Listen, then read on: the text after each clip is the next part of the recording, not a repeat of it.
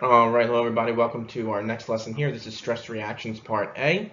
This is for our unit or the unit Stress and Psychology. So our objectives and standards are to understand different reactions to stress and to analyze the stages of stress reaction. And take a look at the standards, please.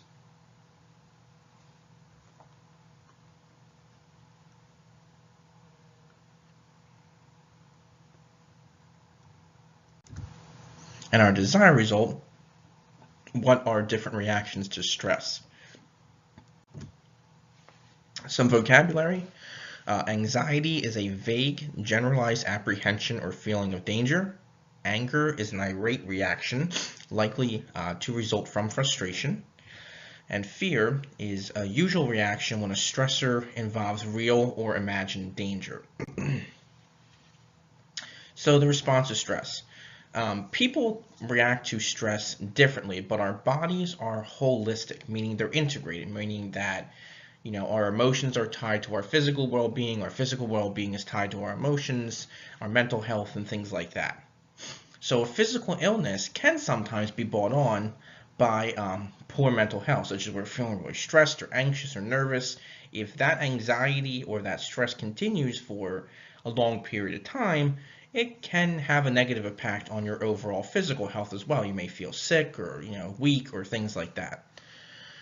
How someone or something responds to stress contains inborn methods. What that means is it's inside of us. Okay, it's something that we're born with. We don't really learn it. It's something that all living creatures are born with, is stress and how to react to stress. Now, these methods probably evolved to cope with stress effectively. So we learned over time what works and what doesn't work.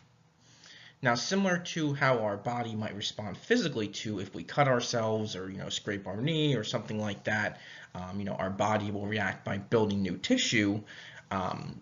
One of the ways that our body can try to help us release stress or pressure is possibly by crying. Sometimes we cry when we're upset or nervous or anxious, and that's our body's way of trying to deal with that emotional stress.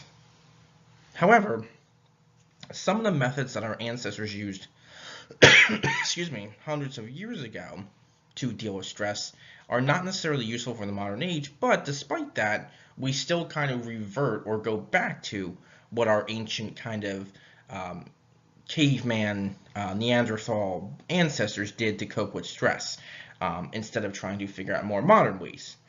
So like, for example, we get angry, we get frustrated, and things like that. We flip out at people if we get upset. That's not really a more modern way of handling. That's something that maybe our caveman ancestors would have done. But again, we're reverting back to that. Each person reacts to stress in different ways, physically, behaviorally, and physiologically. So understanding fight or flight response. The body reacts with immediate arousal or response, regardless of the stressor, whether it be a major stressor like, I don't know, hopefully if you're in a car accident or something like that, you're not in a car accident or something like that, but, or, you're very sick, or it could be a minor stressor, such as maybe studying for a test or a quiz. What happens is, in stress, the adrenal glands in our body are stimulated to produce, first, hormones that increase the amount of blood sugar for extra energy to prepare us to deal with that stress, and adrenaline, which can cause a rapid heartbeat, your rapid breathing, and it also enables the body to use energy more quickly, so to be ready to react again, okay? And, sometimes when you're feeling stressed, you might feel your heart racing, you feel like you're breathing heavy, maybe you get a headache, whatever. Responses such as these are designed to prepare a person for self-defense. Okay, so our body goes into self-defense mode in stress, and this is known as fight or flight response. Now, this kind of goes back to even animals in the wild, and even our caveman ancestors in the wild. Animals will experience this when they are attacked, this fight or flight thing, and it's mainly used for survival. So, for example, in this picture here, you see what looks like a caveman, and he's either ready to fight something, such as a wild animal, maybe an enemy, or a tribe, let's say, or something like that, or flight, that your body will say, "Whoa, I can't win this fight. I can't, defeat this animal or this event, so I'm going to take off. So again, it's used for, survival methods. Now, today, modern times, we might not need to fight wild animals per se, but it still prepares us for dangerous situations that, we're either going to face the event head on and fight it, or we're either going to run away from it or try to avoid it.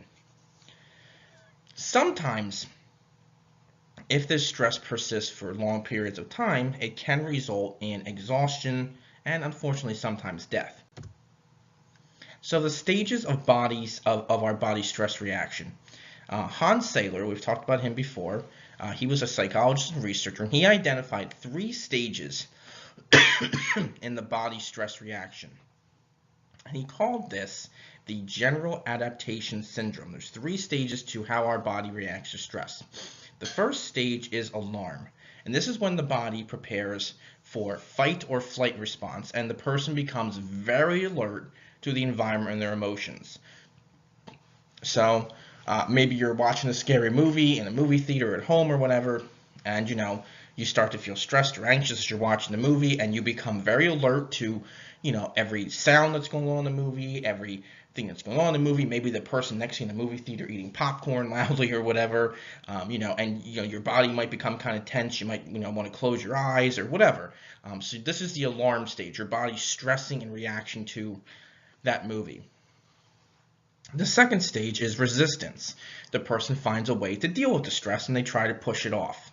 Okay, so again, maybe closing your eyes, maybe you're hiding your eyes, maybe you watch it because you figure, the scene coming up might not be as scary as I thought it was going to be. Maybe you force yourself to watch it and you go, oh, it wasn't that bad. But either way, you form some type of resistance or reaction to it to help you deal with it.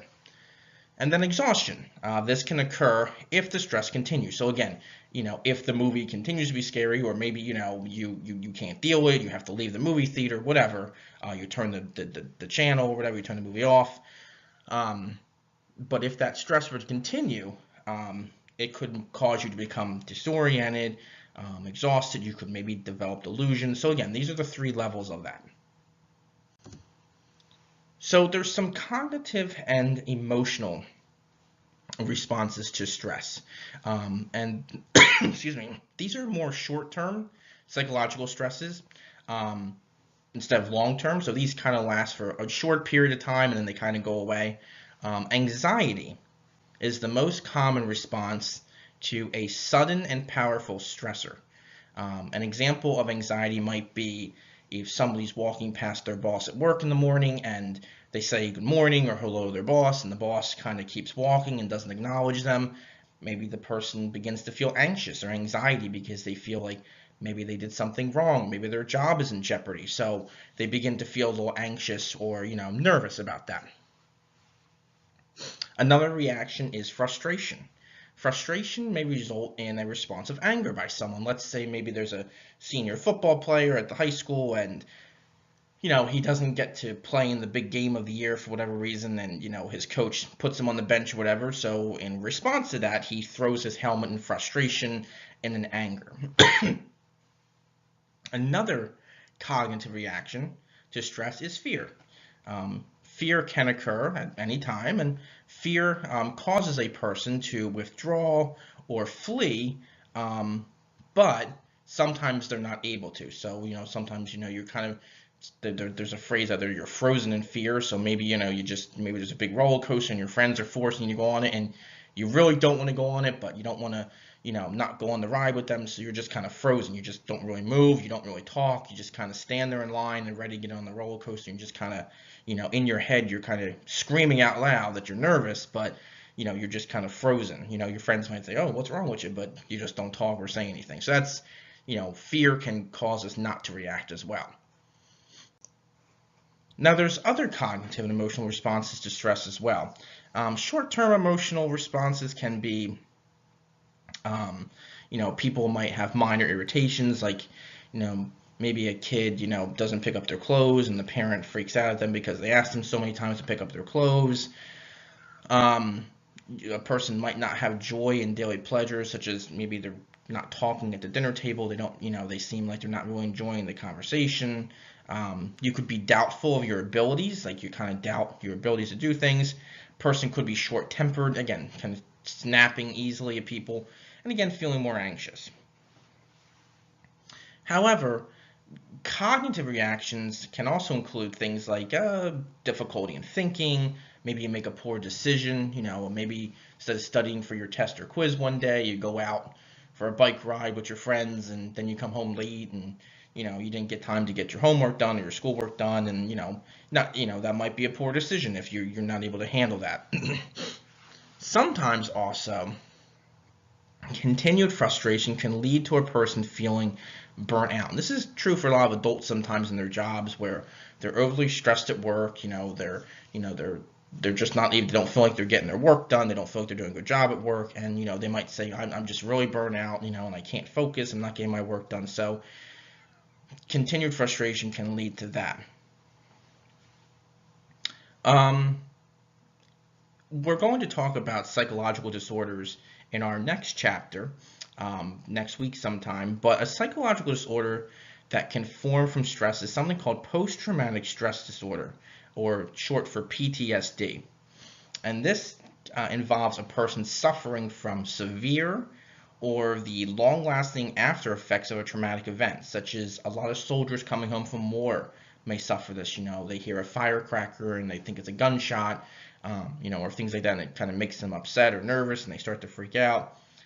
Victims of terrorism, if they've been, things like that. Also natural disasters, floods, tornadoes, earthquakes, hurricanes, things like that. Or even acts of human aggression. If someone has been a victim of rape or assault, that person can have post-traumatic stress disorder as well. So that's another way that people, a negative way sometimes, that people have a reaction to stress as well. So think about this to help you answer the question there. What are different reactions to stress, and how do people react to stress? All right. Hope you have a good rest of your day or night, and I will talk to you soon.